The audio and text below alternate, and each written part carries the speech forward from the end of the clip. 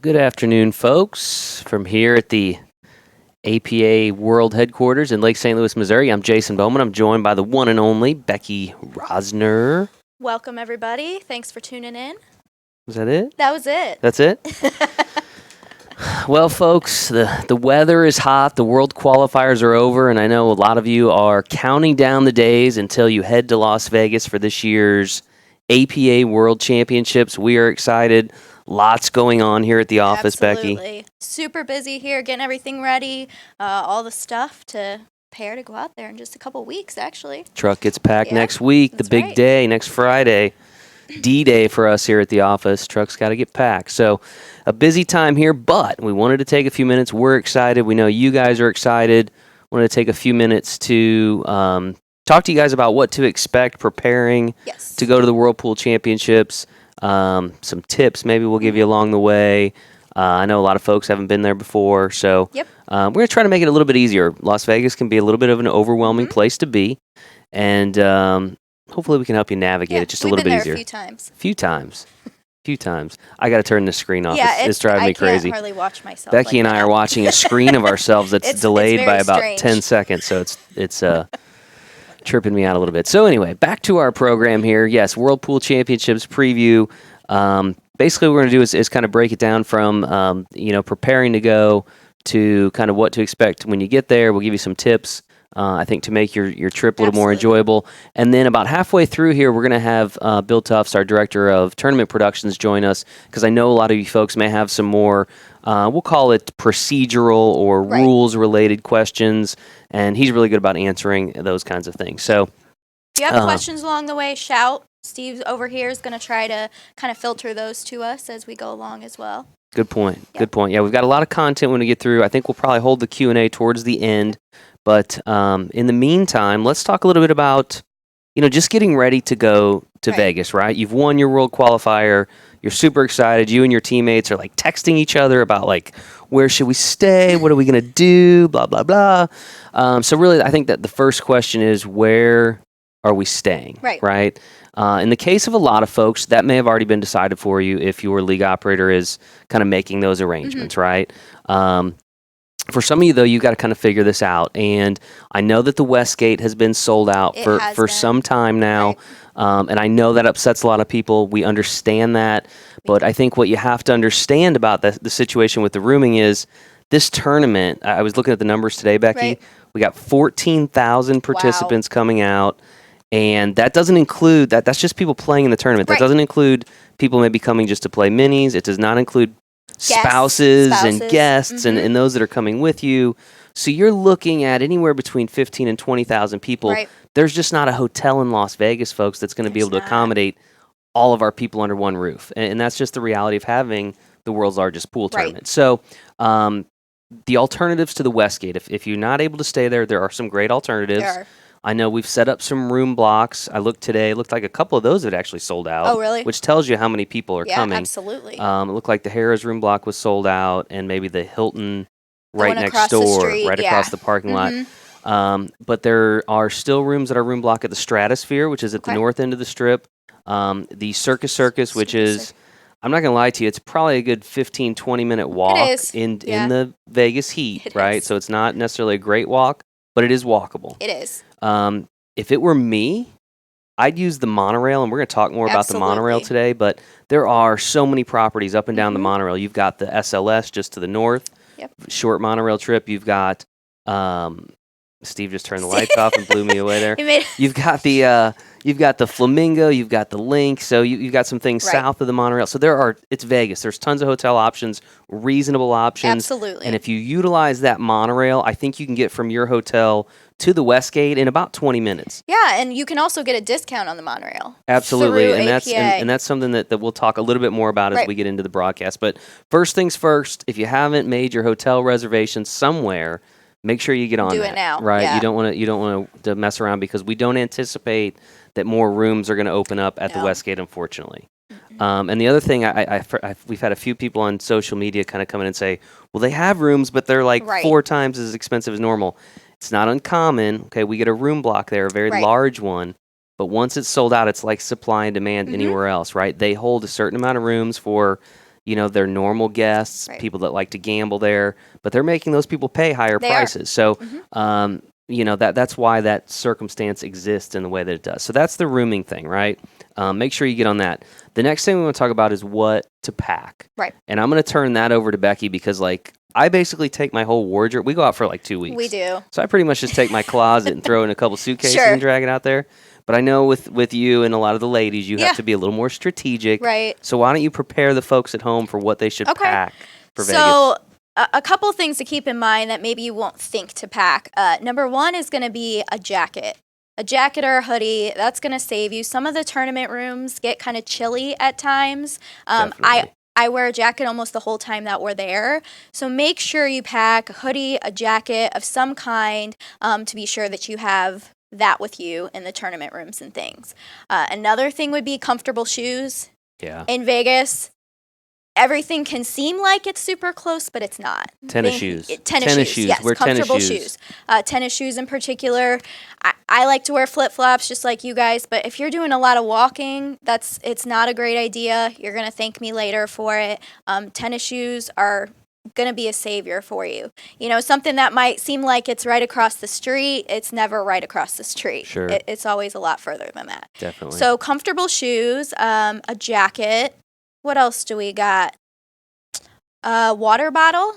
That's generally a good thing to bring as well. Yeah, I mean, of course you could buy water at the event, right? Mm-hmm. The Westgate has lots of different stands, but here's the thing about Vegas, right? And I don't care if it's the Westgate or any other hotel out there, it's probably a little more expensive in Las Vegas than it is back home. So if a bottle of water is $3 at the Westgate, it might be $5 at the Bellagio or wherever else you might be. Like Becky says, if you bring your water bottle, you just fill it up and you're good to go, right? Save a couple bucks here and there. Probably pool cue. Your pool cue, that's probably a good idea. Bring your pool cue. To get that out there, you cannot bring that on the plane with you. So you can't carry it on. Nope. What you're going to want to do is, if you can fit it in your checked luggage, put it in your checked luggage. I'm pretty sure you can just check your cue case if you want to. Can you do that? Yeah, you probably could. I don't know. Not sure. I know there are some people that have travel cases for their cue. Right. If you've got it really doesn't matter if it's a decent cue or not. I would recommend just throwing it in a bigger suitcase, surrounded by your clothes. Everything's going to get there. If you have a really high-end cue, one, I don't know why you'd actually be playing with it, That's if true. it's crazy expensive. Yeah. But you do have the option also of utilizing a shipping option. Sure. I think there is a FedEx office at the Westgate you could potentially ship it to. And we actually have information about that on our website. If you go to the World Championship page on poolplayers.com, that'll tell you exactly how you can ship your cue. But for the most people, they're throwing it right in their suitcase along with their clothes. Yeah, and some people I've heard too, they'll actually box it up and check it. You can do that too if you get, just like a regular box that it'll fit in to keep it a little safer as well. That's also another option. So lots to bring, lots of things to prepare for. I would also say check out the program guide because there are some rules in terms of a dress code program guide. So you'll get a copy of this when you get out to the event. However, it's currently online. You can find that on our website, poolplayers.com. If you go to the World Pool Championships information, it's all right there. We just put it out a couple days ago on Facebook. Yeah, I in think fact, last week we did. We could probably pin it to our comments. I'm looking at Steve and hoping he will get my signal, which I'm now verbalizing to him to do that. So we'll get the link to the program guide up on here on the Facebook comments as well, and you can kind of check out the dress code. I would say probably the biggest deal is if you make it to the Pool Dog Championship arena on the final day, semifinals and finals. Right. Want you to dress it up a little bit more. There's obviously photography taking place in there. You've got live video if you make it into the finals. So, again, we're trying to portray the sport in the positive light that it should be, and part of that is kind of dressing the part. So, plus if you look good, I think you feel good, right? You do. Somebody said that somewhere along the line. So no jeans in the championship arena. No jeans. So just keep that in mind. No jeans. So anything else in terms of preparing for Vegas? One thing, sunscreen. If you're going to be out in the sun, bring sunscreen. Like Jason said earlier, it is expensive. I made that mistake in April. I forgot to bring my sunscreen and had to buy it there. It's expensive. So save yourself a little bit of money. Bring that with you. Do not go to the pool in Las Vegas without some sunscreen. You will be in a bad way. Yes. But even if you're just like out walking the strip Right. daytime, I would still say sunscreen. I think so too. And Becky brings up a good point. The other thing is chapstick. Right? It's Chapstick, very that's a good dry one in too. Las Vegas, so a lot of times your lips will get chapped and dried out. So help yourself in terms of keeping your body fresh. Yeah. And then obviously we'll probably say this again throughout the broadcast, but hydrating, right? Constantly Absolutely. drinking water, taking care of your body. I've often heard it said from people out there, they're like, before you come out, start drinking more water than you usually would. Sure. So I don't know. I'm not a scientist Yeah, or a I don't- biologist, but seems like, hey, Yeah, can't it hurt, seems right? like a good idea. So drink more water before you come and continue to drink it while you're there. Bring your swimsuit too. Yeah. We're having a pool party Monday night, so make sure you bring your swimsuit. The pool will be open. Bring that with you. In addition. Sweet. Yeah. Pool party. Yeah. Don't miss it. Don't miss What is that? it. Monday? Do we Monday know it? night. Monday from 8 to 11. Monday. We don't know the actual date in front Monday, of us. Right? I think it's the 12th. I'm Monday looking the at the 12th? calendar. Yep, Monday the 12th. Monday the 12th, 8 to 11, Mhm. poolside at the Westgate. They got a beautiful pool, They overlooks do. kind of the cityscape, if you will, and so it's always a good time. So we've got the preparations, I think, handled. We've got our case packed. We know what we're packing clothes-wise. Got our hotel. Most of you, I'm assuming, are flying out. If you haven't happened to book Majority. your airfare yet, there are some discounts through Southwest Airlines. Yes. Again, on our website, poolplayers.com, the World Championship information there. You can save a few bucks. I don't think you're going to save Yeah. a ton, especially kind of at this late date. Right. But, Southwest or maybe an Orbitz searching flights Sure. to there. And then if you're driving, you just plug it right into the old iPhone, no matter where you're at in the country, and eventually you'll get there, right? It's like Hopefully. 3 left turns, Yeah, and then there it is. don't get lost in the desert or anything. All right, so let's talk a little bit about when you get to Las Vegas in terms of, we talked about getting the queue there, but let's literally talk about what happens kind of when you arrive. Right. Oh, wait, now I got to take a step back. I do got to mention a couple discounts. One, parking at the Parking, airport. We've got this yes. new discount. Parking Parking spot. spot? Mm-hmm. Again, if you go to that same page we're talking about on our website, poolplayers.com, the World Championship information, there's information about there. So if you're parking at the airport, I think you save like 10%.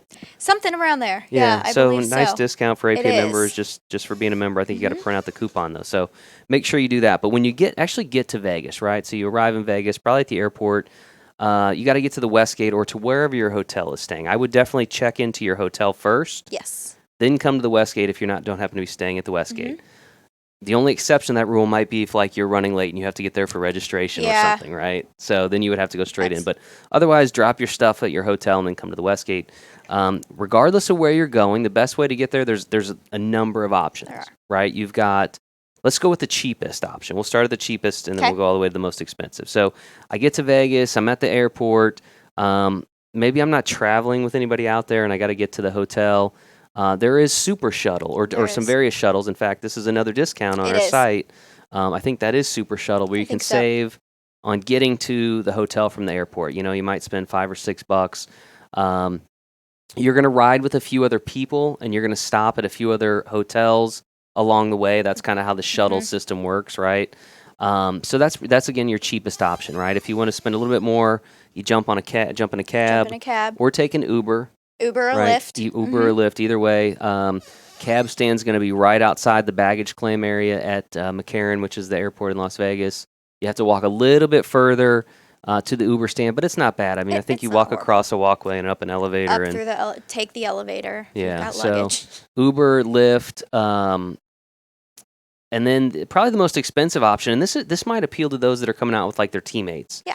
And that is you can jump in a limousine when you get to the airport. There'll be guys down there that are basically offering rides to different Right. hotels for groups of 6 or 8 people.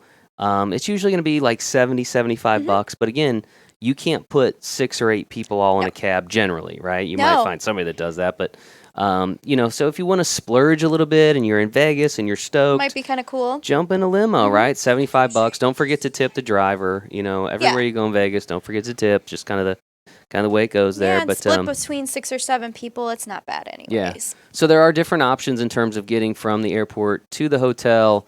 I don't recommend walking. That's a terrible idea. I've known of one person that did that. Our friend Brandon did that years Oh, ago, and wow. we were quite shocked. But That's- there's not really a serviceable walk, No. sidewalk to get That's from A to B. So don't do that. Don't be safe, right? It's really hot too. Exactly. That's- So, all right. And so when we get to the hotel, we're going to go into let's assume we're going to arrive at the Westgate. I would say once you're there, kind of get a lay of the land, Sure. right? You want to figure out where hotel check-in is. It's generally right to the left when you go in. You're going to want to figure out where the tournament room is Right. at the Westgate. I would familiarize myself with like the dining options, Different restaurants. which we'll talk a little bit about that in our Yeah. next section. But the kind of the dining options, where the elevators are Uh-huh. at the Westgate, because depending on where your room is, there's different elevators, Right. right? Anything else in terms of lay of the land, getting to kind of figure it out? No, I think making sure, you'll go in and go to the right. That's going to be where your tournament rooms and stuff are. And then, like you said, figuring out what restaurants are there, where they're at. There's a store there, too. If you need to get something Yeah. in a pinch, there's a little store there where you can buy drinks and stuff like that there. That's where you get beer, right? Yeah. Yeah. Yeah. Yeah, so anyway, lots of things to do when you get there. Kind of figuring out where you're going to be for the next few days is a good idea, especially the tournament room. So again, when you walk into the Westgate, you essentially will be looking at the entire casino in front of you. To the right is the International Bar, iBar, Casino Bar, and then there's a walkway behind it that goes to the right, and that takes you down to the tournament room. To the left is going to be hotel check-in, more of the other casino, restaurants. hotel rooms, Yeah. and things like that. So, and you can go to the Westgate's website, I'd imagine, and kind of look at the map, but I you'll think figure there's it one out in real here. quick. Do we still have one in here, too? We do have one in the Yeah, there program is one in guide. the program guide, too. So if you want to check that out. So if you check can. that out, I think we've pinned it to the comments here. You can kind of take a look at that, but it's not hard to navigate. No, it's really not. I always tell people, worst case scenario, follow the people with the cube cases, right? Right. You can't miss them. There's 10,000 more of them, Yep, right? Or 15,000 exactly. as we found out. So that is for once you're at the Westgate, right? What do you think? Where do we go from here? From there, so restaurants. Do we want to talk about some of the restaurants at the laid out there. Westgate? You know the restaurants better than I do. I don't know. So there's a lot of different options there. We've got Benihana. That's going to be like a hibachi restaurant type of place. Japanese style. Japanese Eat style. with a group of people Right. at a table. We've got the steakhouse. Very good steakhouse. Very good Edge. steakhouse. Mhm. Obviously, those two options are going to be a little more expensive Yes. for you. Yes. So they usually do run some specials and things, though, too. So Yeah. ask about those once you get to the Westgate. There's an Italian restaurant, Fresco Italiano, I think it's called. So that's an option. And then you've got Sid's Cafe, which is going to be more of a Burgers, yeah, sandwiches, burgers. soups. right. There's a buffet. And then we have the Sportsbook, which is going to have a couple of different, they're more quick options. Food court More type food style. court, Yeah. fast food type of options there. Yeah, and down there they've got what? They have kind of a Mexican. Uh-huh. They've got like a sandwich. Yep, And they've and got then the, pizza. The other thing? I think they have pizza too. Yeah, and so then they just got- kind of they like got some chicken different options. fingers and Philly cheesesteaks and things like that. too. Yeah. So lots of different options. Here's the thing you got to remember though: with 15,000 people out Right. there could be a dozen restaurants. There's still a lot of people that has to service all these. These restaurants got to service all these people. All So these understand people. that breakfast time is, for most people is the same, and lunchtime for most people is the same, and dinner time for most people is the same. So if you're going at those standard times, understand that the lines are going to be a little They bit are. longer than they would be at the off times, right? And kind of plan accordingly. So just understand that. Now I know, and Bill is going to join us here in a couple minutes, but I believe they generally have food trucks outside Yes. the tournament room, which have Barbecue like grill. barbecue and some different things. Those are usually really quick options, They are. and I've eaten out there before. Very good food. It is good. Very good food, and it's usually pretty reasonably priced. It is. I would say, in the $10 range, you can probably get a full You get- burger and fries. yeah, you get or like whatever lunch it for might be. $10. Right. Yeah. Exactly. And yeah, that's going to be a hard deal to beat It in is. Vegas. So So they do have some quick options as well if you don't Sure. want to go to one of the other restaurants and sure. eat there. cool. So we talked restaurants. What else? We talked about the monorail. Let's talk about We did talk about transportation. the monorail. So the monorail is basically a train that runs up and down the strip. It goes as far south as MGM, and it goes all the way north to SLS, which I think they just changed the name back to Sahara. Oh, did they? So either SLS not or know that. Sahara. It's the property directly north of the Westgate. Okay. The monorail runs from those 2 points, and then it stops at the Westgate. It stops at the Link. It stops at Harrah's. Stops at Flamingo? Does it stop there? Bally's, and I think that might be it. So it stops all the way up and down the Mm-hmm. strip. Super convenient way to get around, and we've actually got discounts for you guys if you choose to use the monorail as an option. Yes. I looked at this morning. It looks like starting with like 2-day passes, you save a couple bucks on a 2-day pass. You save like a couple bucks more on a 3-day. It just kind of goes up from Right. there. So again, if you go to poolplayers.com, the World Championship information page, and you go to travel discounts, you'll Yep. see, and you actually buy your tickets through there with your credit Mhm. card. So, if you think you're going to use the monorail a good bit while you're there, and it's a great way to get up and down the It strip, really is. to sightsee a bunch of different places. It's a really good way to do it. Highly recommend it. I use it myself. But save yourself a couple bucks and book that in advance. Yep. Talked about dining options. What else? Do you want to talk Compusport? Oh yeah. Compusport. Gotta So talk about Compusport. everybody's going to want to download the Compusport app. Either before you get out there, when you get there, that's how you're going to access the brackets. Yep. The tournament brackets, seeing where you're going to play and who you're going to play. And when you're going to play. And when you're going to play. Most important, when and where you're going to play. Yeah, it's really revolutionized for us that the tournament experience. Mm-hmm. A lot of that stuff had to be done manually just a few years ago, and now again you just download Compusport. And the great thing about having it is it gives you a really clear picture of what your schedule is going to look like, Yes. not just in the short term, but really throughout the tournament. Right. Like, okay, if we win here, we would play here. If we lose here, we would Mhm. play here. If we win, you can kind of map out Yeah. and see when you're going to have pockets of time to sightsee or maybe go to a show or do the things in things you Vegas wanna that you do. want to do, Mm, right? So Compusport.us. Compusport.us, that's how you're going to download it, or go to the App Store on your phone and download the app that way. Yeah. Now that information is not going to be out for a while. Though, It won't right? be out for a while. I think they said a day or two before the event is when Okay. you can expect those. We'll post that up on Facebook as soon as it's available, though. So check back here on Facebook a day or two before, and we'll make sure to put that link up. Right.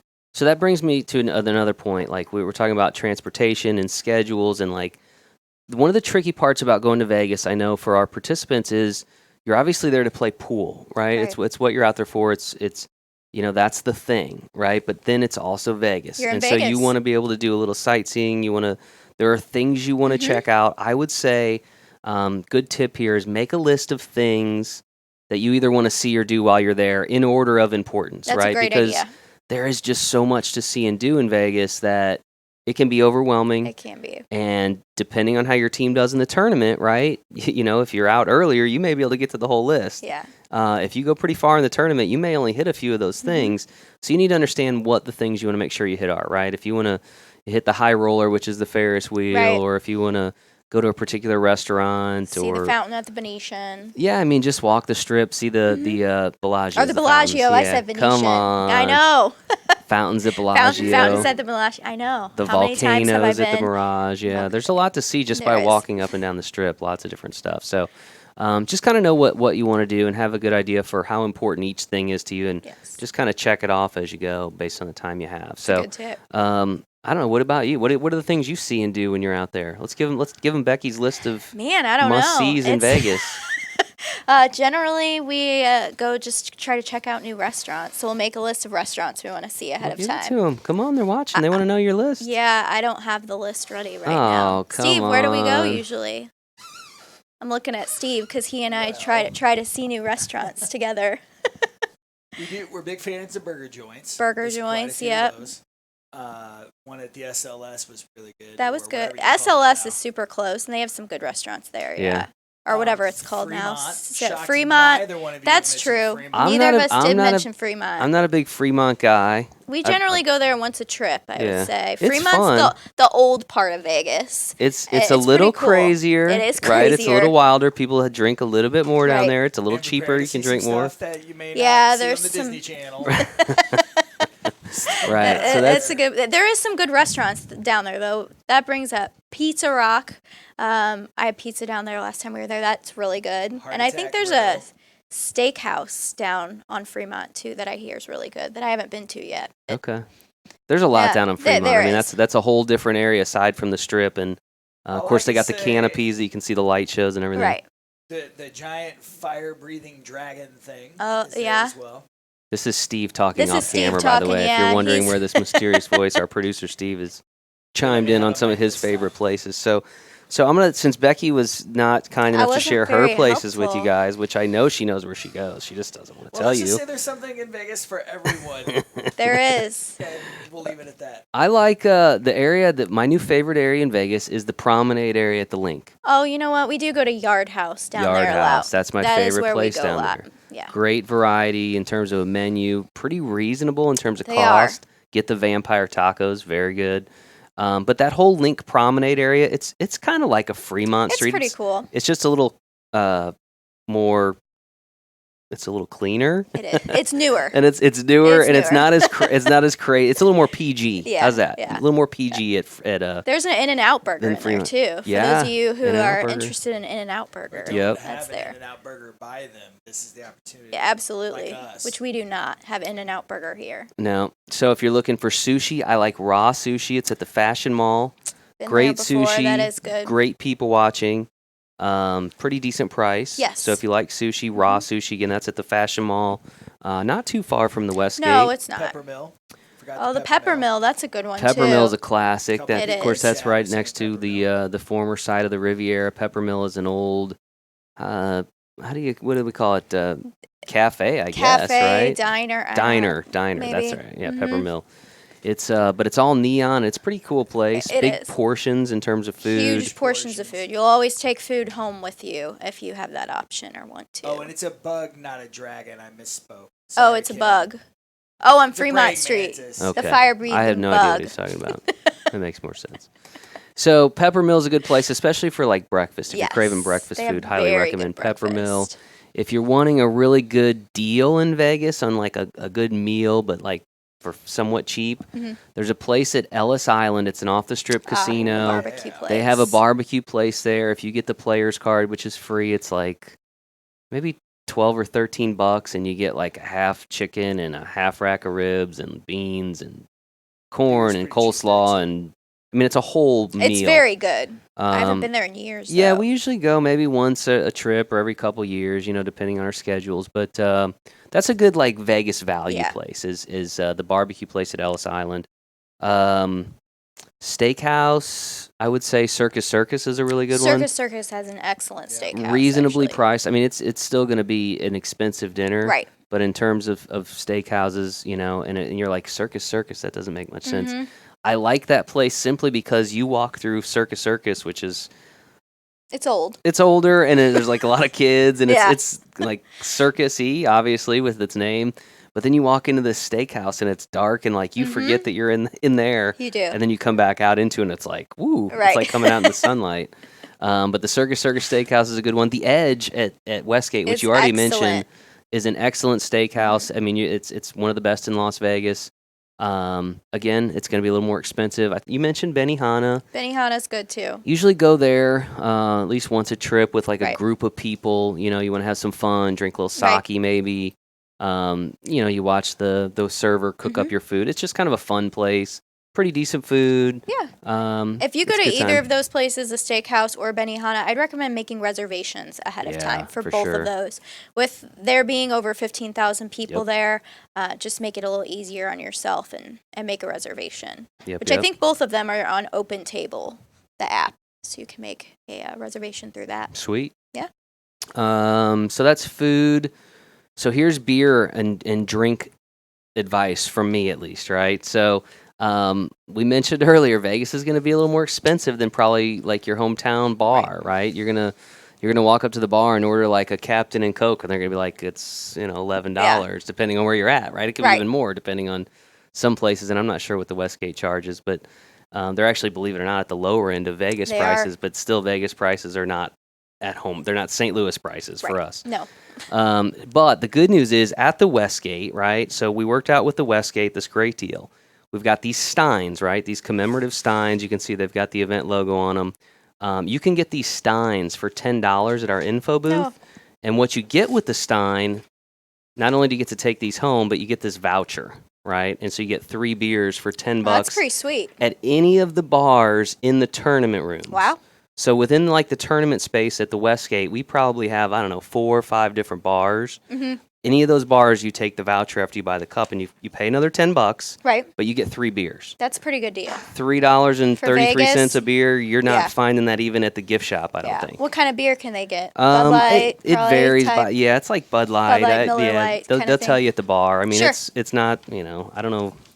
I think it's maybe 3 canned beers, but again, it's better than the bargain you're going to get Yeah. at the gift shop. So, just kind of prepare for that, and kind of know what ways you can save money here and there, type of thing. Yeah, So we're gonna have those at the info booth. You may have already said yeah, that. that's why we mentioned it too, is because in the past they actually had these at the bars, these Okay. Steins. Some long story short, because of some logistical issues, Sure. they can't actually have them at the bars anymore. So you have to buy them at the info booth. The info booth is when you first walk into the tournament area, right in the foyer. Okay. It's a huge setup. They sell all kinds of different event-related merchandise and things. Right. One of which is the Stein. So you can't miss them. I will tell you, I think there's maybe only about 500 or 600 of them available. So Better grab them. grab them grab them early, grab them often. Yeah, Right. absolutely. That's your philosophy, isn't it? That's right. Trying to think, is there anything else Vegas-wise that we need to tell them? Talked about what to pack, how to get there, what to bring. Man, I think we covered most of it. How about come in with a good attitude? Oh yeah, Have a good attitude. I was gonna save that last for my soapbox, Sportsmanship, but now okay. now we're there. Yeah, So attitude is everything. So here's what you have to understand about your experience in Las Vegas. Your experience is gonna all depend on the attitude that you bring, right? Las Vegas is a popular destination. There are millions of people from around the world that go to Las Vegas every single day. There is no slow day there. No. So understand that that's going to be how it is when you get there. There Right. are going to be people everywhere you go. If you're walking down the street, there's going to be lots of people. If you're at the airport, there's going to be lots of people. When you get to the hotel to check in, there are going to be lots of people. Right. Expect that, understand that, and just kind of go with the flow. Don't get upset because you've got to wait. That's part of kind of what you're doing here, right? It's gonna happen for sure. And I think if you have a good attitude about it, you're going to have a much better experience. It's like, so my kids are watching, right? They're watching PBS. There's a show called Daniel Tiger. You ever seen Daniel No, Tiger? I don't think I've seen that Whatever. one. It's PBS. They like it. It's like an offshoot of Mr. Rogers. Okay. Anyway, Daniel Tiger, they always have a different song that teaches things. So the song this time for the viewers is Enjoy the Wow That's Happening Now. I like right? it. My kids sing it all the time. That's what I'm telling you folks at home. When you get to Vegas, just enjoy yourselves. Even if you're waiting in line, even if it takes a little longer to get to your room, even if the match doesn't go as well as Right. you had hoped, enjoy the experience. You've already won. You are in Las Vegas. You got the trip out there. It's the experience of a lifetime. Just go with the flow. Live in the moment. Don't worry about other teams' handicaps. Let the tournament staff Yes. worry about those types of details, and understand that out of I think there are like 2,000 teams or something that are going Right. to be out there. Every one of you guys comes out with the expectation that you're going to be the team that wins the tournament. Sure. And none of you come out expecting that you're going to be the team that goes 2 and out and is out of the Right. tournament, right? But guess what? Somebody's got to go It 2 and out, happens. right? Not everybody's going to make it to the money. Not everybody's going to make it to the final day. Only one team is going to Right. win. So just understand that the experience is what it's all about. Play your best, have a good time. At the end of the day, if you don't walk out of there with a trophy, or you don't walk out of there, well, actually, everybody's walking out of there with some prize money if you're They in do. the 8-ball or 9-ball world championship at least. But you've already won, right? You've already won your trip out there. You're playing in the world's largest pool tournament, the grandest stage in amateur pool, and just try to kind of live in the moment and enjoy the wow that's happening now. Enjoy the wow that's happening now. I My like kids it. are never going to understand how. Anyway, so I learned that from my 5-year-old and my 2-year-old. All right. So, anything else from you, Becky, before we bring in Bill to really answer the tough so. questions that the folks want to ask? One thing I do want to mention, as Jason's talking about that, is sportsmanship. So there, inside of this event program, there's a sportsmanship nomination form. If you come across a team who displays exceptional sportsmanship, rip this out, nominate them for that award, so that we can hand that out to a couple teams during the event. Yeah, it's always disappointing when we get to the end and we start looking through the sportsmanship award, nominations, and there's like only a handful, and I'm thinking, handful out of all these teams. Yet I talk to people and they're like, "Oh, we met these folks from so and so, and they Right. were so nice, and they were friendly, and they were great." And then I'm like, well, "You never sent, nominate so them. if you have a really good experience with your opponents." Again, like Becky said, let us know. That form's in there. The other thing I want to mention is the Westgate program. Oh, yes. If you go to poolplayers.com handicap.com/westgreat. Yep. We've got a form that you can basically, if you have a really good customer service experience with anybody at the Westgate, from housekeeping staff to hotel registration, the bartenders, anybody that works at the Westgate, you can let us know through that Westgate form. And what they do is they pull, at the end of the event, I think they pull like I think it's 10 people. 10 names of all the people submitted, and they get like a gift card. Mm-hmm. But the cool thing that we've added this year is that if you Both are the of you person actually that, get yeah, it. if you're the person that nominates a Right. Westgate staff member that gets picked, we actually send you a gift card. Yep. So again, poolplayers.com/westgreat. It's the way we maintain a really strong relationship Right. with the hotel property. They want to know when things aren't going well. They really want to know when things are going well, so they can empower the people that are doing things the right way Right. to not only continue doing them, but hopefully rub off positively on Yeah. others. So we've had a really great experience since we went to the Westgate in 2015, and it just gets better every year. They It get more does. familiar with us and our members, but take advantage of that Westgate program and let us know how the staff's doing. Of course, after the event, we'll send out an event survey, so we'll get feedback on you on all aspects of the event, and that's really, we try to take those notes back Right. and make the event better year after year. So, Yep. all right, All Becky. right. Well, if that's it for you, and Should we're we going to bring bring Bill in my man Bill Tufts, All and he's right. going to tackle the. I'm sure there's lots of folks here wanting to ask serious tournament questions All right, that guys. Becky or I can't I will answer. see you guys in Vegas. Buy her a shot every time you see All her, right, yeah. folks. She never turns down a shot. Nor does the person she's always hanging out Every with. time she walks through, tequila, she loves it. Hi, Bill. Hey, good afternoon. Welcome, buddy. Hey, how's it going? I just want to make sure you don't look too tall on the thing here next to me. So There you go. can you? There we go. Much better. Much better. I'm as low as I can go. There we go. I just Good made mine afternoon. taller. I made mine taller. All right, so Bill, we're talking with the folks at home. Everybody's excited about the World Championships and all the things going on. We kind of ran them through the, what to pack, what to prepare for. Here's how you get there. Let's talk nuts and bolts of the tournament. Okay. Tell us a little bit about, what you want the players who are coming to the tournament to know in terms of preparing. I know there's registration processes and skill level verifications and all those operational procedures that have to happen. So why don't you share some of those with the folks? All right, so let's kind of start at the beginning of the tournament. So you've already checked into the hotel. Obviously, you made it there. So Jason's and Becky's advice worked out. You're now on site. You're going to want to get the event program, which I know Becky's been hyping up here, but that's actually going to tell you the time that you're supposed to register, right? Each event registers at a different time. Sometimes we have events that are overlapping in registration. So the registration area is important too. So for example, if you are in the 8-ball World Championships or the 9-ball World Championships, for those two specific events, you actually register in what we call our main room. It's our largest tournament room. For the Showdown Series events, that would be the ladies, masters, team captains, and Jack and Jill. Those actually register in the middle room. That is the Showdown Series room, the pavilion. So on our registration days, you want to make sure that you're in the right spot for the right registration. Okay. What you need to have in that registration is you're going to need to have your photo ID, right? Only the team captains need to register. The whole team doesn't need to be there, but you do need to have your photo ID. When the team captain registers, they will also need their certification statement. The certification statement is basically, it's your declaration of what skill level you should be playing at in the event. That's based on a lot of different factors. I know a lot of people don't read this thing. Yeah, it's a lot of words. It's a lot of words, right? But you need to read it. This is essentially a legal document. This is you telling us what you should be playing at, and whether that's your current skill level, your previous CLA, a championship skill level, whether that's a skill level in another area that maybe we haven't caught, right?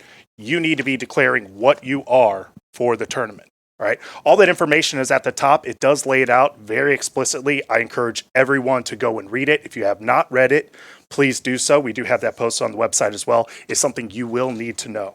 So when you turn this thing in and you register, the lines can be a little long. It's just the captain that has to register, It's just right? the captain. Is that the Yeah. only person that can register? Yes, it is the only person that can register. Now, there are some circumstances, you bring up a good point, where the team captain hasn't arrived yet. Right. The rest of the team's there, or somebody from the team is there. The team captain has arrived.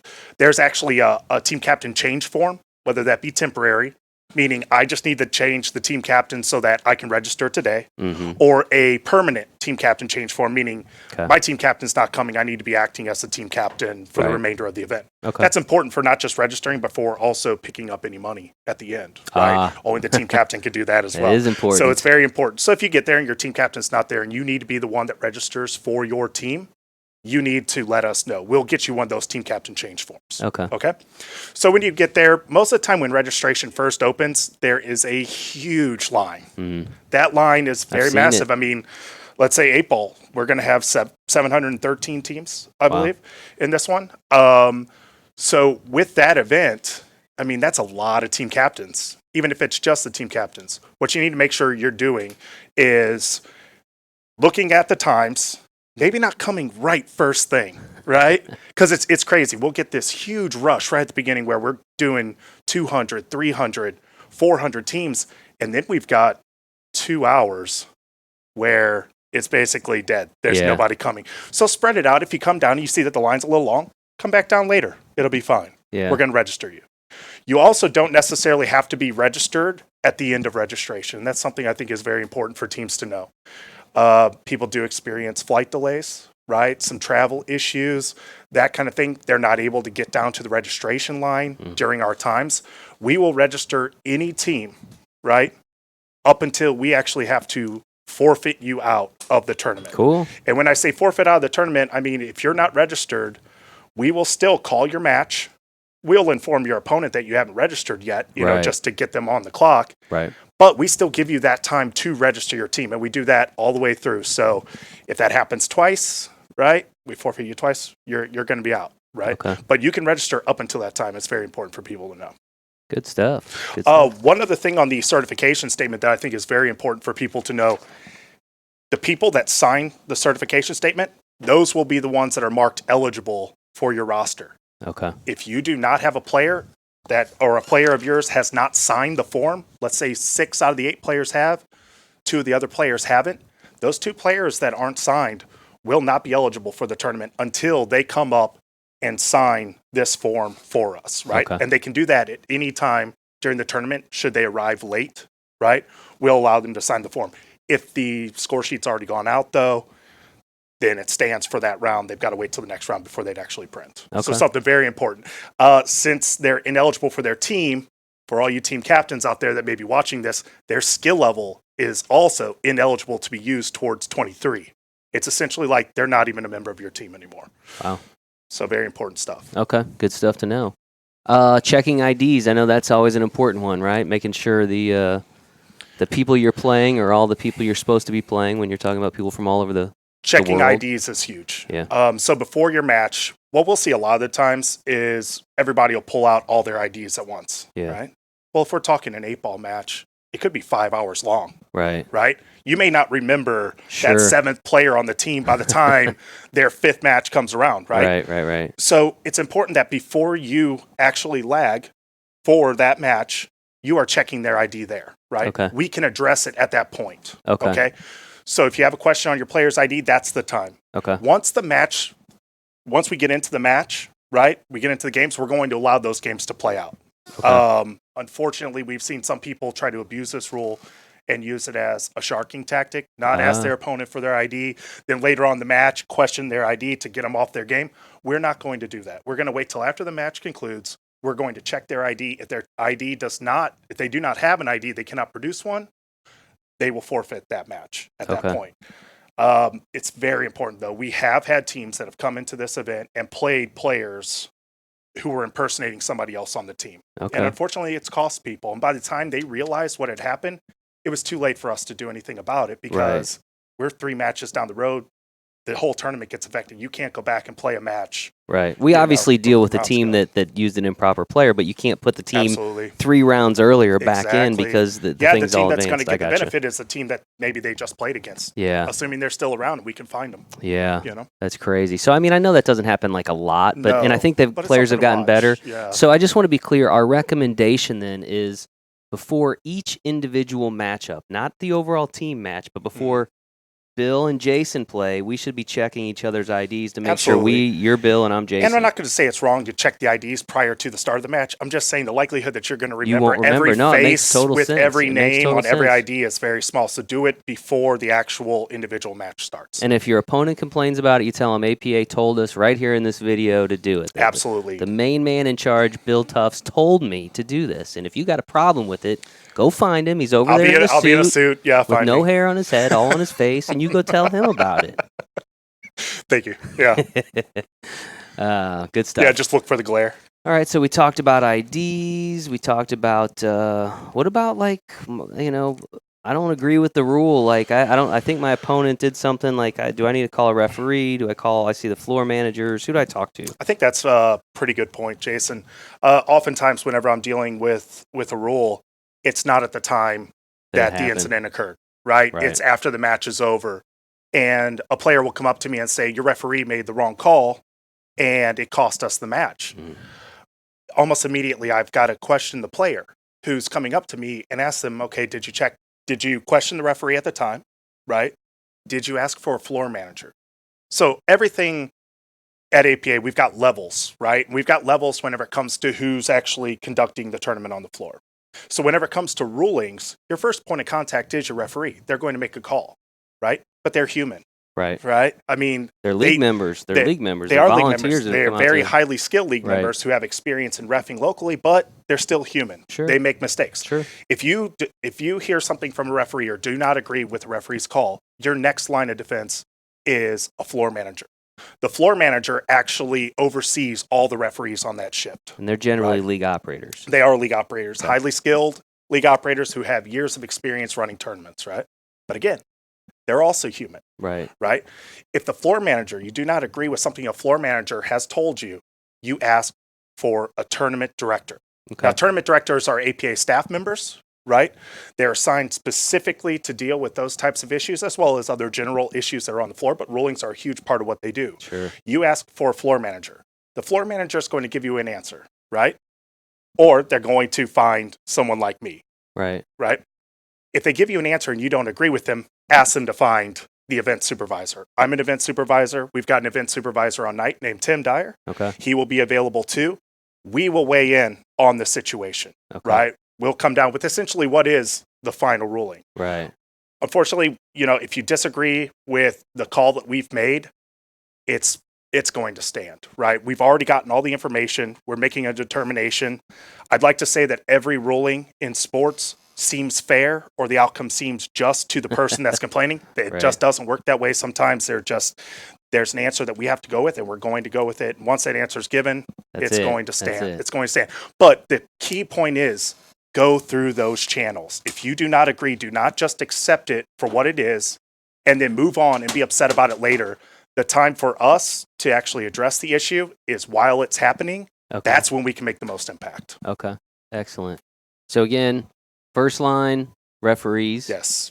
Second person to call if you're not quite sure the referee made the right call. Yeah, it was a little off. Yeah. Ask for the floor manager. Yes. If you're still not quite sure, although the floor managers are generally going to be pretty much They're right. going to be. You ask for the tournament director, and then after the tournament director, you ask for Bill or Tim.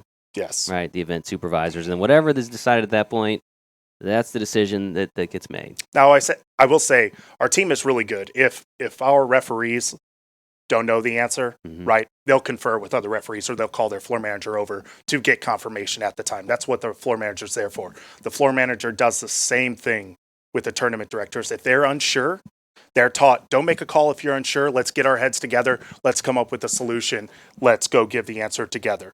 So we've already got these systems in place to make sure that we get the right ruling. Good. We just want to make sure that you're satisfied that you've gotten the right ruling or that you've gone through all the appropriate channels with your issue. Nice. And be nice to your referee. Again, they're volunteers. They have come to Vegas, time away from their families. They've gone through somewhat of a training and testing to be able to be there. But, like you said, they're human. They're on an elevated stage just like the participants, right? I mean, you get a weird scenario that's not your general black and white rule. Pool is amazing about introducing weird scenarios that you haven't seen or haven't heard of. And it's not surprising that some of these guys may come across something they have not seen before. It happens all the time. Anything else you want to add before we jump into some questions? Anything about skill levels and certifying or anything like that? I know you talked a little bit about that already. I think, again, just to go back to the certification statement and how important this process is, when the team captains receive this certification statement, it's going to have skill levels printed on it. Okay. That's the skill levels as we have them in our system now. However, we haven't ran the database for Mania. We haven't ran the database for Showdown Series. We don't do that up until 2 weeks prior to the event. At that time that we pull that data, that's going to pull the most recent data in our database. We will then again be updating skill levels so that all the skill levels across the tournament match, right? Okay. And they are the appropriate skill level for the event as outlined at the top of the certification statement. So it's very important that you guys know that what's on there, that's not necessarily exactly what's going to be printed on the score sheet. The line, the blank line that's next to that is your opportunity to tell us whether that skill level that's printed on there is the one that accurately reflects your true pool playing ability based on the criteria of the certification statement. Okay. Right? Certification statements, I believe they went out last week. They should be arriving soon to the team captains. So you'll get this prior to the tournament in the mail. Yes. Directly to the team captain's address. We were doing the mailing last Friday, so give it a couple days. So team captain gets all of them for the team? Or they go Yes. individual? Okay. So Yes. your team captain should have be receiving that in the mail. It'll be one form. The whole team fills it out. Now, occasionally this thing's lost, right? Well, let me go back. If you don't receive it in the mail in a week or so, contact your league operator. We'll make sure that we get it to you. But let's say you lose it between now and the tournament. It's possible, or you just forget to bring it. We do have these on site as well. So we'll have these available to any teams. The only tricky part there is kind of goes back to who's eligible. You have to sign it to be eligible, right? So when we print them out on site, maybe kind of hard to wrangle up your team and get them to all sign this form before you register. So it is a little bit easier if you do it right before you travel. Yeah. I got a lot of respect for the captains out there wrangling up the team. I don't think that's always the easiest thing to do with all the distractions. That's why we reward them with a tournament all their own now. That's true. They do a lot. They do a lot more, I'd say, locally than they even do out there. Yeah. It's a heavy job. What other kind of questions are we getting, Becky? No, as Becky asked, she was asking whether or not it's just 8-ball and 9-ball that get the certification statements. Every event that we have has a certification process. Masters? With the exception of Masters. Ladies? Ladies does. Team captain? Team captains does. Jack and Jill does. Masters only because we don't care what their skill level is. Any skill level. It's an unhandicapped event, which is a cool one to watch if you happen to be there. So keep that in mind. What other kind of questions are we getting? Whoever's listed top on the roster, that'd be the team captain. Yeah. Yeah, if you've got questions, now's a good time to be asking. Name tags. We have a captain's badge that we give out. We used to have badges for every single player on the team, right? What we realized is we're printing those badges. The likelihood that I could just give you one if you wanted to go sit in the arena was pretty high. Right. And there's not a lot of room in the arena. And I don't know if because you've got a badge on that says Jason Bowman, if you're actually Jason Bowman, right? At a glance. It was a big process. It was something that was administratively heavy. And we didn't see like we were getting the value out of it. What we have now is team captain badges, right?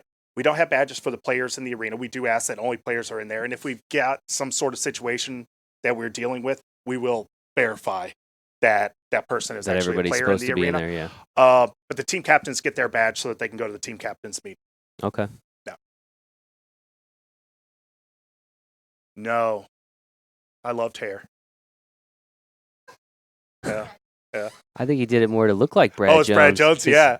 I think I was first. It's twinsy. Brad. Yeah. Although Brad's already got a twinsy. Team shirt contest. You go to so we hold a team shirt contest where, is that Brad Jones asking that question too? Okay. You can enter the team shirt contest at the photography booth that is right there in the foyer area. They've got the entry forms. They'll take pictures of your shirts, and basically what we do is we put all those online after the event for the public to vote on, and the shirt with the most votes gets first, and I think we go all the way down to like fifth. So. Oh, and the entry forms on the website, poolplayers.com, World Pool Championship tab. Becky's scrolling through your guys' questions now. They can wear jeans, just not in the championship arena. There you go. So that means you can wear jeans up until the final day, the last 2 rounds. Semifinals and finals for all of the events are in the championship arena.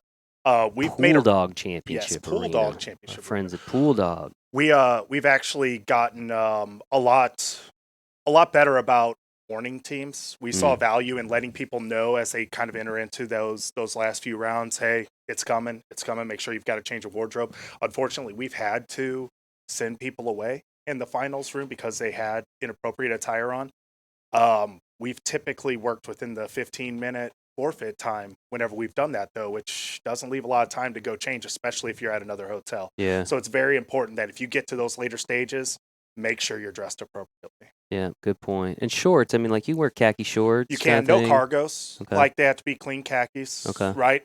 We used to worry about shoes. We're not really that concerned as long as the shoes are in good shape. Yeah. Right? That kind of thing.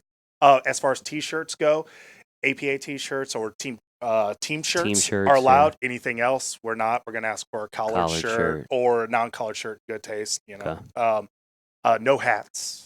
That's when we catch guys and they got to be on the stream with hat hair. Yeah, why would a guy wear a hat on the stream? It's so same reason, right?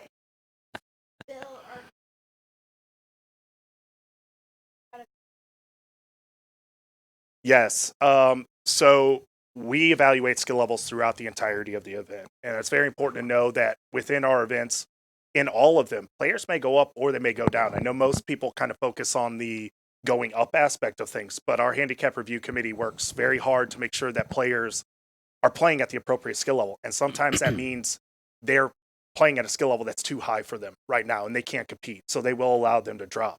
But an important note is that Showdown Series, we do have observers in the Showdown Series, right? The scoring, with the exception of ladies, is very different. Jack and Jill scoring is very different, right? Team captains is completely alien to anything else cool we event do. To watch. So with the exception of ladies, we're working mostly off of observes in those scenarios. For ladies, we do have the regular scoring procedure, so we're working off that as well. And in the Mini Mania, we're using a lot of different factors. We actually have handicap review in Mini Mania as well to evaluate things such as high finishers, people cashing out in multiple events within the tournament. I mean, when you're looking at a tournament that's got thousands of players coming through it, and we've got 2,000 or so unique Mini Mania players, meaning there are 2,000 people who aren't in any of the other events, right?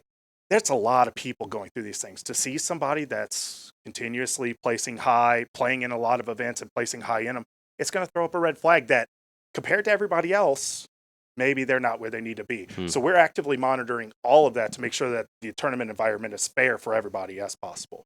I don't know that any single effort or greater effort goes into monitoring handicaps and making sure people are where they should be as what we do, right? I mean, I couldn't imagine it starts long before the actual event, from the time a team qualifies to play in a world qualifier to the time they qualify for the championship in the world qualifier. Yep. You know, there's a committee of people, the handicap review committee. You've got league operators, you've got senior staff members. They're basically in a war room where they're going through every player's record, right, to make sure that 4 weeks solid, yeah, every that they're where they need to be. Yeah. And then that continues on throughout the actual tournament. These guys, again, they're basically sequestered in a very small room. They go in after every single round, and they review the scores. And, of course, the system will flag anomalies, but they will catch anomalies as well, just from reviewing all these scores. So Absolutely. So, and that kind of goes back to what I said earlier. It's like, let us worry about the skill levels, right? I mean, if you absolutely feel like something was off in a match, you have an option to put some on type the back of the score sheet. Anybody can fill out any sportsmanship issues, skill level issues that they see on the opposing team. You can fill it out on the back of the score sheet, and we're happy to address those if you bring it up to a tournament director, right? We're happy to talk about those issues. But the key is, don't let it affect your match at the time that it's going. Don't let it affect your experience overall. Yeah. Right? Yeah. Again, we talked about this earlier. Somebody's got to win, somebody's going to lose, and there's a lot more teams that are going home not champions, or at least champions of that particular event than there are that win it. What I always find, I guess it's just kind of human nature, but what I always find interesting is I will hear a lot of complaints about a player or or a complaint about a player, and go in and that player had a good match, right? But oftentimes, if I look at the opponent, I can go into their record and see where they played a good match as well. And Right. it seems to be people tend to remember when somebody's played good against them, Right. right? That they're under handicap, not necessarily see it the same way whenever they've had a good match against somebody else, and maybe that was just the best one that they've had. So it goes both ways. Remember, as a pool player, you've had good matches too. There will be some opponents who are accurately ranked who are just going to have a good match. It does happen. And I'm not downplaying the fact that we do have people that try to game the system, but that's what our handicap review committee is for. And our is to catch those. observers and And all our that. I mean, there are a observers and number of everybody else layers where we're trying Yes. to do whatever possible to to make protect sure everybody's. the event. Yep. Yes. What other questions? Any other questions, Becky? Good question. Yes, we do have practice tables. Actually, there's an area called the conference rooms. When you get on site and you head down to the tournament rooms, you're following all the pool cues that Jason told you to follow. You're going down. You get down to the main foyer area. You're going to see a photographer. You're going to see our info booth. If you look further to the right, you might see our official apparel booth. Mm-hmm. But if you look to the left, there's actually conference rooms over there. We've got, I want to say it's 12 tables in the conference rooms dedicated to practice 24/7. Nice. We've got tables in the Mini Mania space. An entire arena is dedicated to nothing but practice. That's about 20 hours a day, right? We close for cleaning between 4 and 8 a.m. And then we've also got tables that'll be in the casino. Yeah, different laid places. out different places throughout the casino Cool. for practice as well. Not to mention that anytime during registration, if there's not currently a group in the room, all the tables. So like when 8-ball arrives the first day, you're going to see all 118 tables in the main room are open for practice. Cool. The additional 48 that are in the middle room, they're open for practice. Mini Mania actually happens to be open for practice at that time too. So as long as we're not running rounds, we're opening arenas for people to practice. Okay. Play. Just remember, there's a lot of folks out there, and everybody wants to practice. So Yes, they do. again, it just kind of goes with the attitude, having a positive attitude. Okay. Mini Mania. So, Mini Mania, hugely popular. So the Mini Mania room, that same area I was talking about, you walk down to the foyer, you get there and you see our info booth and you see the photographer booth. The room immediately behind them, right? Immediately behind them is our Mini Mania. When you walk in, you'll notice it's a bit different. It's a ballroom. It's got chandeliers in it, which is different than the rest of the rooms that we're in. It's got kind of a lower ceiling. Yeah. All the vendors, you're going to see a ton of vendors in that room, right? First thing when you walk in. Mm-hmm. At the very back of the room, you're going to see 2 tables. One is going to be the main control table, where they're actually going to process the rounds and get everything off for the entirety of the tournament. Mm-hmm. There's another control table sitting there. That one is actually our registration table. So Okay. that's the one you want to go to register for the events. Now, the lines can get very long. Where I said wait for the regular event registrations earlier in the stream, Don't wait. don't wait for these. Go sooner than later. Sooner than later, you're going to want to get there right when the doors open. You're going to want to get in line. The event's only open for 24 hours, right? So you can only book 24 hours ahead. That keeps people from just booking them all out Yeah, throughout the entirety of the event. Makes sense. So you're going to want to be in that line. Okay. So, but it goes quick. We've got, I want to say we have 4 or 5 registration stations. So we've got a lot of staff up there really getting people moving through the lines. So it won't be Awesome. as long as it looks. Anything else from our viewers before we sign off?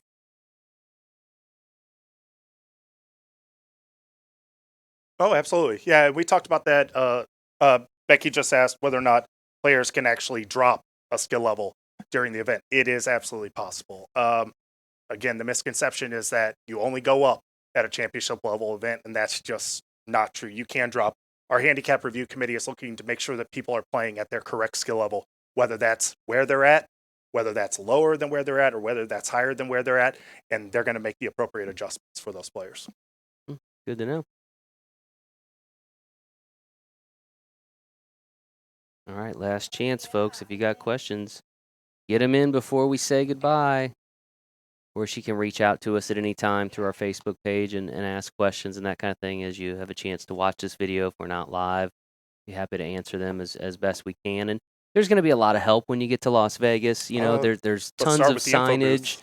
Yeah, there's Yeah. tons of signage that'll direct you where you go. You've got the info booth; those folks are there to kind of help guide you with whatever you might need. You've got the control tables in every tournament room where they're ready to give you answers. Plus, you got a lot of nice pool players just in general. You know, And a a lot lot of of folks people have have been been there out there. before. They've seen it before. They've Right. been there before. Don't be afraid to ask. Yeah, You know, you see somebody, you think they'd be a nice person to ask a question. Ask. They'll right. probably give you the answer. Right. Yeah, but if you haven't been there before, I would just spend a little time doing a little research, making sure you kind of familiarize yourself as best you can without actually having been there, and I think your experience will go, maybe just a little bit better. Yeah, we're going to talk about the event program. Make sure that you're taking a look at that. It's on our website right now. We've got it pinned to the comments here on Facebook. You can kind of go through there and get an idea for your particular tournament's agenda. If you want to check out the dress code, it's got information about practice tables. It's got maps in it. We mentioned the pool party. We've got Jeanette Lee will be out there once again. Florian, Venom Kohler, Dr. Q. We've got all their times. We've got all the vendors listed in there. If you're wanting to buy a particular billiard related item from a Yeah, I certain think it's vendor. kind of important to note that this is one of the largest, pool vendor shows in the world, if not the largest. So if you buy anything you want, anything you need pool related, we're gonna have it there. right. Anything else from the folks back home before we sign off? What if a name is wrong on the If the name is wrong on the statement? certification statement, just email info@poolplayers.com. Okay. And we'll look into it. Info at I believe poolplayers.com. That's the one. It's Okay. through the form on the Pool Players You site. could probably also reach out to your league operator. They could help you get wherever you need to go. Reach out to us on Facebook. We'll help get where it needs to go. But Yeah. Not to say this particular situation, but sometimes the name doesn't match the name that came in. Unfortunately, we get a few names that we can't use in publications or on sites. So you may notice that there is a name change. You're talking about team name now. Team names Yeah. now. A lot of Now for a creative player team names name, out there. yeah, creative team names. Now for player names, it should match. It needs to match that ID, right? And if for some reason marriage is a big one, we've had people come over from other countries where their first name may have been hard to pronounce, so they go with John or something. Right. Now, if your ID doesn't match, let us know ahead of time. If we can verify who you are, we'll get you a temporary ID card for the event. If we can make the change in the system to match your ID, after verifying who you are, we'll make that change as well to make it as smooth as possible. That way, whenever you pull out your ID, it matches the roster that's on the sheet. Perfect. So the question is, can you use other chalk besides blue? Yes, you may. Use other chalk besides blue. We don't really have a hard and fast rule about what color chalk to use. We're actively cleaning the tables. We can make adjustments. I prefer for you not to use maroon, just because it's going to make everybody's job that much harder, or red chalk or something. But if you're talking like the Kamui chalks and those that are kind of off colors, yeah, you can use those. Cool.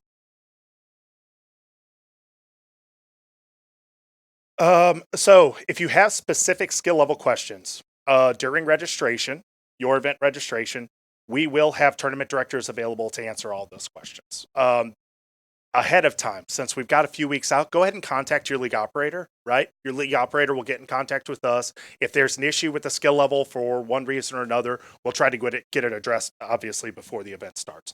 But if it's at the event, if you get the certificate or you get your score sheet or whatever else, you don't agree with something or you don't agree with something on the certification statement, we're also happy to answer those at that time as well. Probably a lot of people think their skill levels should be higher. Yeah, it's always higher. They always wish they could be higher, Funny how that works, Yeah, people. Funny. Yeah. Anything else, Becky? All right, folks, the official countdown has begun to Vegas 2019. Woo. Make sure you've researched and are prepared to have the time of your life. Bring the right attitude, and we will look forward to seeing all of you in a few weeks at the Westgate in Las Vegas. Until then, See you there. adios.